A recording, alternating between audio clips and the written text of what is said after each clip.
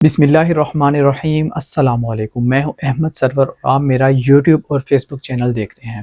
ناظرین، آج کی اہم خبروں پر ہم بات کریں گے۔ اس میں سب سے پہلے بات کریں گے کہ گزشتہ روز مولانا طارق جمیل صاحب کے بیٹے عاصم جمیل کا انتقال ہوا تھا۔ اس کے بعد لوگوں کی کیا سرائیاں بہت زیادہ بڑھ گئی ہیں کہ کوئی کچھ کہہ رہا ہے، کوئی کچھ کہہ رہا ہے، کوئی کہہ رہا ہے کہ خود کچھ ہی کر لیا ہے، کوئی کہہ رہا ہے کہ کسی نے قتل کر دیا ہے، کوئی کچھ کہہ رہا ہے، جتنے منہ اتنی باتیں ہو رہی ہیں۔ تو اس پر بات کریں گے کہ اس میں کتنی سچائی ہے۔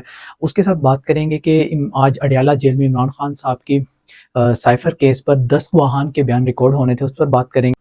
آخر پر بات کریں گے نگران وفاقی وزراء کو عہدوں سے ہٹانے کے لیے الیکشن کمیشن نے فیصلہ محفوظ کر لیا۔ سب سے پہلے بات کریں گے آج کی سماعت کی اڈیالہ جیل میں عمران خان کے سائفر کیس پر گواہان کے بیان ریکارڈ ہونے تھے، اس پر بات کر لیتے ہیں۔ سماعت کے لیے جج ابو الحسنات محمد ذوالقرنین اڈیالہ جیل پہنچے، جس کے بعد چیئرمین پی ٹی آئی کے وکلاء اور ایف آئی اے کی ٹیم بھی گواہان کو ساتھ لے کر اڈیالہ جیل پہنچی۔ اس موقع پر شاہ محمود قریشی کے وکیل بھی اڈیالہ جیل پہنچ گئے۔ Chairman P T I Imran Khan اور وائس چیئرمین شاہ محمود قریشی سماعت کے موقع پر کمرہ عدالت میں پہنچے، جبکہ ایف آئی اے پروسیکیوٹر رضوان عباسی بھی اڈیالہ جیل خصوصی عدالت میں موجود تھے۔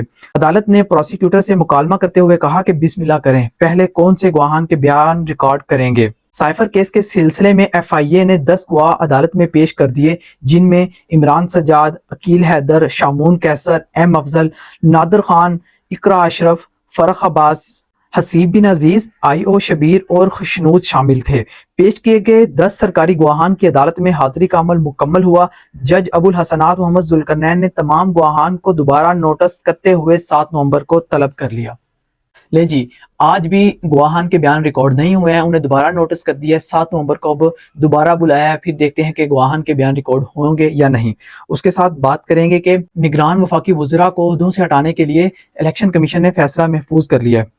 انتخابات پر اثر انداز ہونے یا سیاسی وابستگی کے حوالے سے نگران وفاقی وزراء کو عہدوں سے ہٹانے سے متعلق درخواست پر سماعت میں چیف الیکشن کمیشنر سکندر سلطان راجہ نے کہا کہ دنیا میں نگران حکومت نہیں ہوتی، یہاں نگران حکومت کا تصور اس لیے آیا کہ حکومت غیر جانبدار ہو جو نظر آئے۔ چیمہ اور فواد حسن کے بارے میں تاثر تو پیدا ہوا ہے کہ یہ کسی ایک سیاسی جماعت کے قریب ہیں۔ وفاقی وزراء انتخابات پر اثر انداز نگران وزیر اعظم کو نوٹس جاری کرنے کی ہدایات۔ چیف الیکشن کمیشن سکندر راجہ کی سربراہی میں 5 رکنی بینچ نے کیس کی سماعت کی، جس میں درخواست گزار عزیز الدین کاکا خیل نے کمیشن کو بتایا کہ توقیر شاہ نے استعفیٰ دے دیا ہے، فواد حسن اور احد چیمہ کو سیاسی بنیاد پر بھرتی کیا گیا ہے، انہیں بھی ہٹایا جائے۔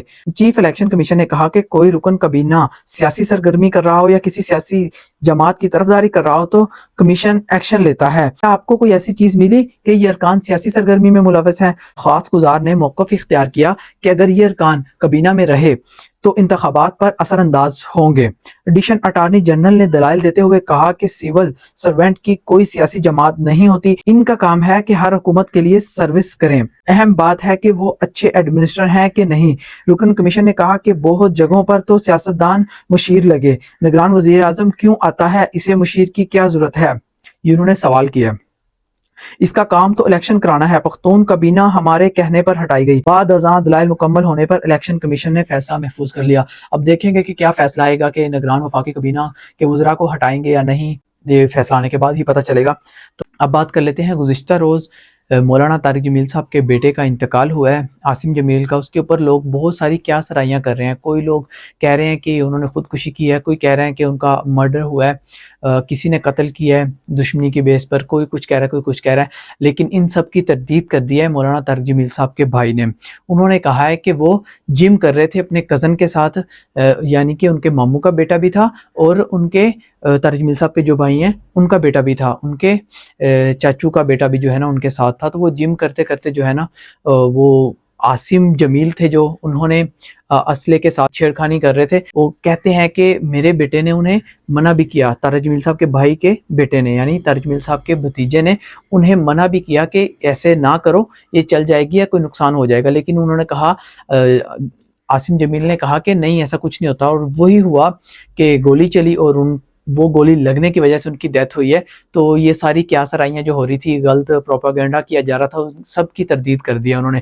باقی اللہ بہتر جانے کہ کیا ہوا ہے۔ اب تک کی یہی اطلاعات ہیں، پھر ملاقات ہوگی انشاءاللہ اگلی ویڈیو میں، تب تک کے لیے اجازت دیجیے، اللہ نگہبان۔